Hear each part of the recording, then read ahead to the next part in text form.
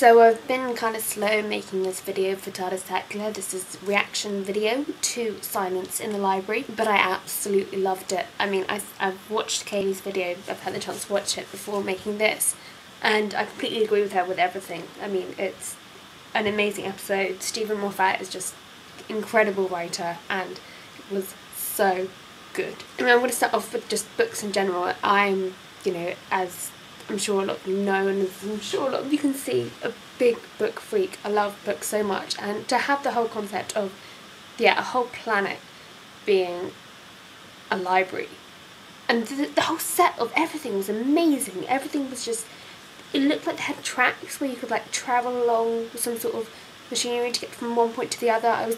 The set itself just set in your mind the imagination of how you would travel around it, and how much information there must be in there. And watching Doctor Who Confidential afterwards, when they show you the set, which one of the parts, for anyone who didn't get a chance to watch it, was like this massive library which was about to be demolished in Cardiff, which they had to fill up with all these ring binders, and they lit them differently to look like different sections of the library. It was really amazing.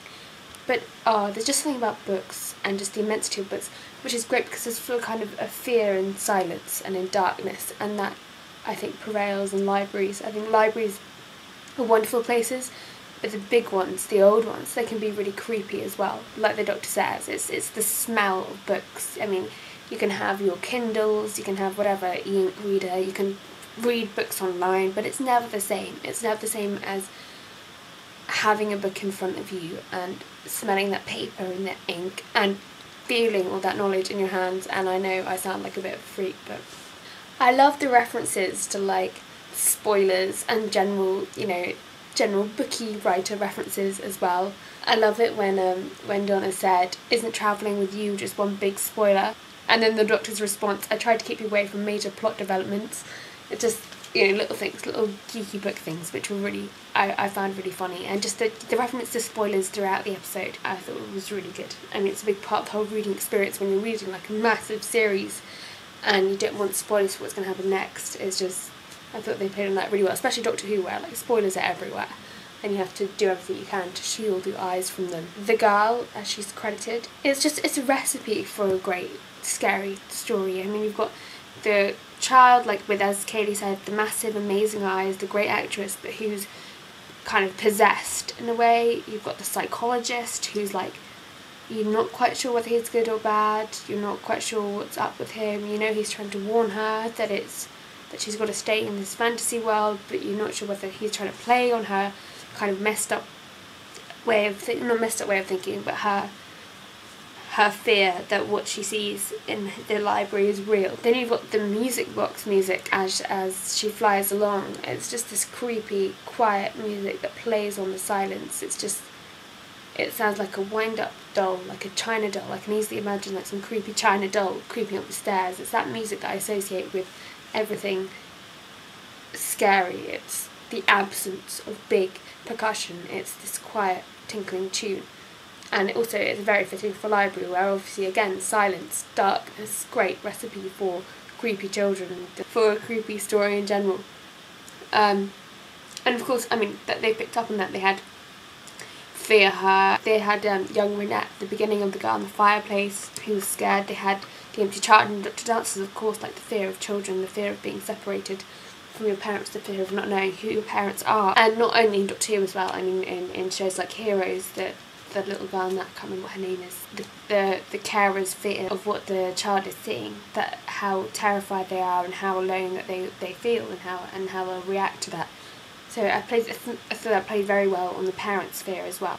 I loved Sundays Are Boring, especially because I watched this on Sunday when I got back from holiday, and I'd had a conversation earlier on in the day as to why the shops in France will close on Sundays, whereas in England we've kind of submitted to the commercial idea that Sunday is another day for shopping, and we had a big conversation about it with my family. So it was quite funny, just personally on the day, like the timing that comment came in. The nodes were really freaky. I mean, imagine like donating your face. I find that really freaky, and I knew that there was something wrong with that. I mean, who would voluntarily like say, "Here, have my face," and put it on a node? That I don't know, I found that really unsettling. And the monotony of the voice, the lack of emotion, the whole answering machine message style, it was really really scary. But I love the comment that the node says at the beginning when they're in the massive hall, the big, it's almost reception area, the entrance, when the node replays the head librarian, I think it was, his message, and he says that it's edited for content, tone and decency, which makes you imagine there was a lot of profane language originally when he was saying the wrong message. I loved Miss Evangelista. I was in two minds. I thought either they would kill her off, or that, you know, Donna would help her and she would become like this really strong and have this really vital role for the team, but she had a vital role in her death, which was really depressing. Yeah, Don't Tell the Others and of the nice lady, it broke my heart. And again, hats off to Catherine Tate, her acting was just incredible then. I felt myself welling up when she even opened her mouth for the first time. But it would be a horrible experience. What do you say to people when they die? What can you say? And it raises the question of how conscious that last remaining bit is when they're ghosting. I mean, how much can they hear? Or how much are they just kind of like remaining atoms? And then I have to say, I really didn't like Professor Riversong. I really didn't like her. She seemed a bit arrogant. I didn't like that. She didn't seem strong. I felt like she seemed arrogant more than strong, and that kind of got to me. It sounds awful, but I sort of hope she's gonna die because I don't want to see her as a future companion. I'm aching to find out who she is. I'm really desperate. I mean, it doesn't seem like she's someone who the Doctor has met in the past, but it seems like a completely fresh future companion who he has some sort of strong relationship with in the future. I don't like her as a companion, and it does make me quite worried. Like her comments about Donna in the future, as Katie said, it is slightly foreboding. This whole idea about darkness as well in general, I feel, and lights going out, and as I feel like it's going to be a long arc, because the whole of episodes 8 to I think it's 13, they're all going to be like one continuous big block of like final 5 episodes. Is it 5? Yeah. I feel like that's going to be like one long stretch. I have to say, even though I didn't like Professor Riversong, I loved her notebook with the TARDIS on it. I really want one of those. And Pretty Boy, that was a lovely line. I'm a pretty boy. I hate that it ended with To Be Continued, but I love that, again, it's like 2 episodes of Stephen Moffat. I can't really complain. But again, on Saturday night, it's my friends having a party, so I won't actually watch it on Saturday night. I'll probably watch it, or maybe I'll watch it like midnight Saturday, but you'll probably get a video on Sunday, and at which point I shall leave you all. Alonzo?